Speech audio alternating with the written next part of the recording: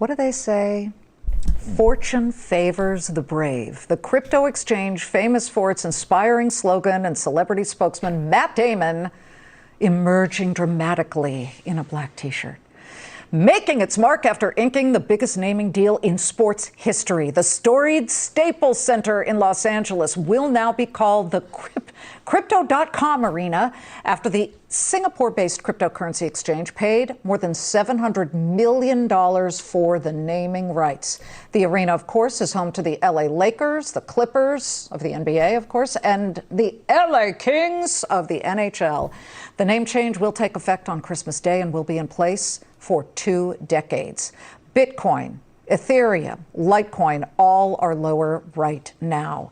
We've got quick breaking news. President Joe Biden now at this moment hopping into an EV Hummer during his tour of a General Motors plant in Detroit. This is one of the first production 2020 GMC Hummer EV pickup trucks to roll off the factory line. As we are looking at this, it's a white one. You can see the back is different from the old school Hummers. It's actually a pickup. The president is expected to make remarks on the EV future in the next hour. These things retail at $108,000 for the all EV version. It's pretty tricked out. President's in it. He's getting the feel behind the wheel of the all EV Hummer. All right. We'll be checking in. Maybe we can do a big little. That's breaking keep news. The video up as we go on. Man gets in car with this hit. They're like, shut up. Marc Cohodes. You know this name? You may have if you were watching Charlie yesterday. He's a longtime investor who specialized in short selling throughout his 40-year-long career. But in kind of a switcheroo, he's now an investor in AMC Entertainment, yes, the theater chain, and has come up with a very unique pitch that involves a special kind of dividend for shareholders. Charlie, after your report yesterday, you spoke with Mr. Cohodes last night. Right. What did he have to say? He wanted to set the record straight on a couple of things, a correction I want to issue.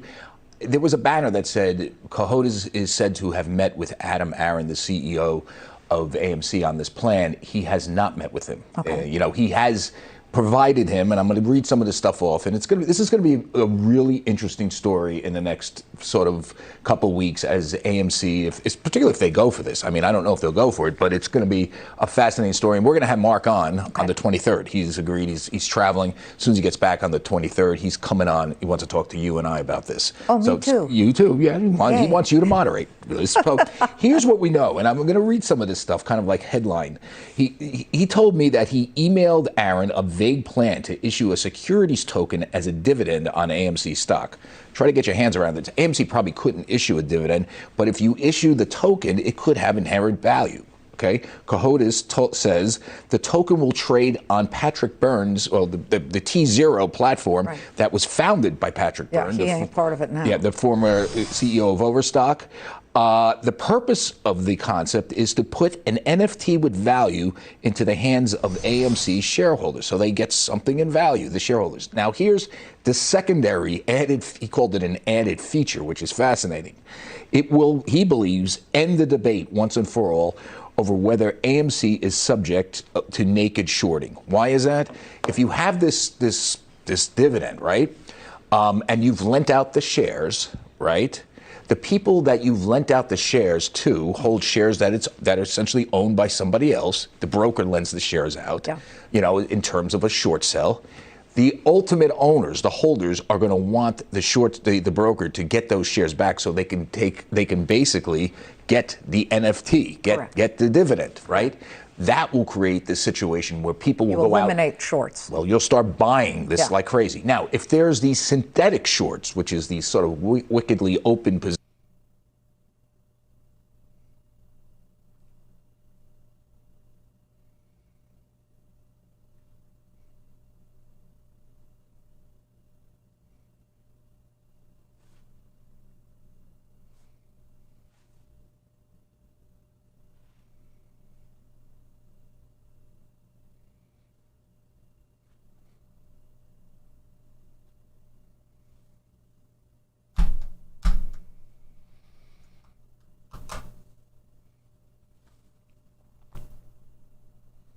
listen, the city of Miami issued its own token, and they're making money hand over foot. That's different. That's different. Of course it is. But I'm saying when you issue a token, but let's get back to you start to move things. I know, but let's get back to the original purpose. Overstock did something like this, which squeezed the shorts. Yes. Remember that? Yeah. Stock started trading up higher.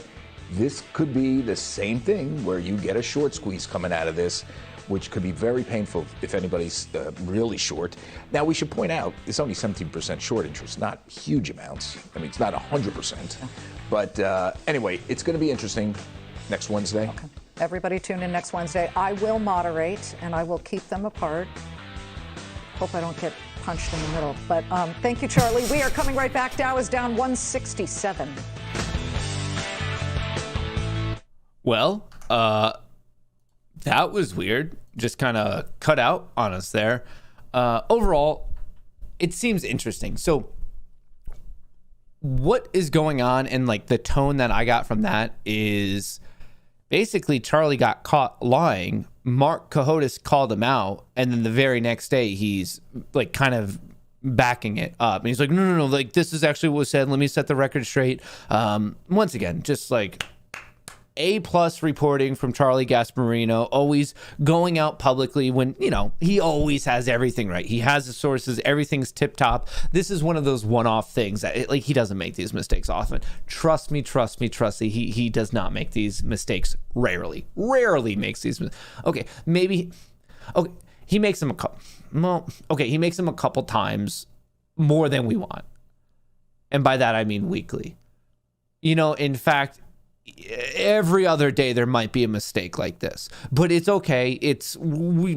We got him under control. Don't worry about that.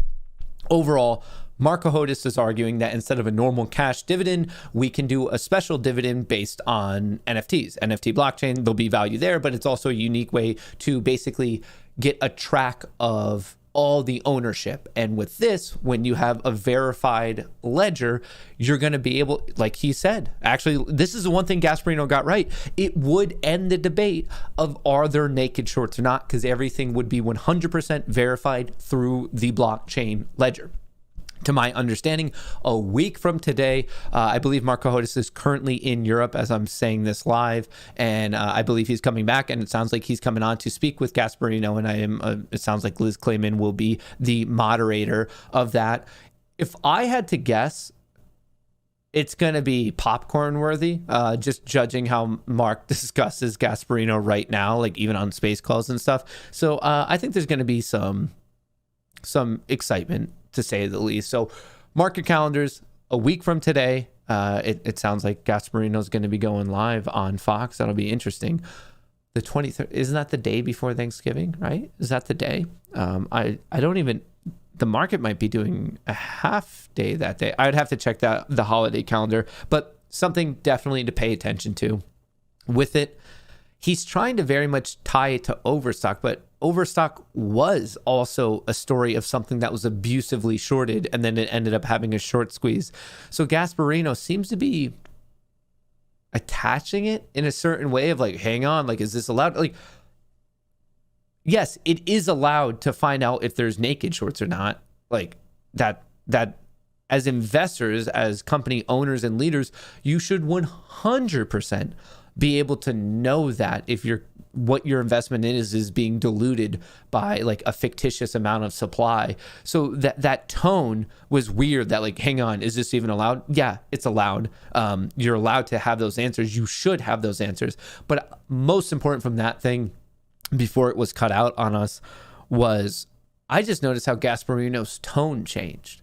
He went from very combative to now he's just reading. He's like, oh, this is, how many times did he say fascinating? And even with the cutout, he might have thrown fascinating in there a couple more times, but it was all fascinating to him. Reads this tweet, fascinating. Reads this tweet, fascinating. All fascinating. Fascinating. And you have to understand, it was fascinating. Like, to someone like that, journalism is fascinating. Like, true journalism, like that shit could blindside you. So like, I get it. I'm right there with him. It is fascinating to actually care about the truth.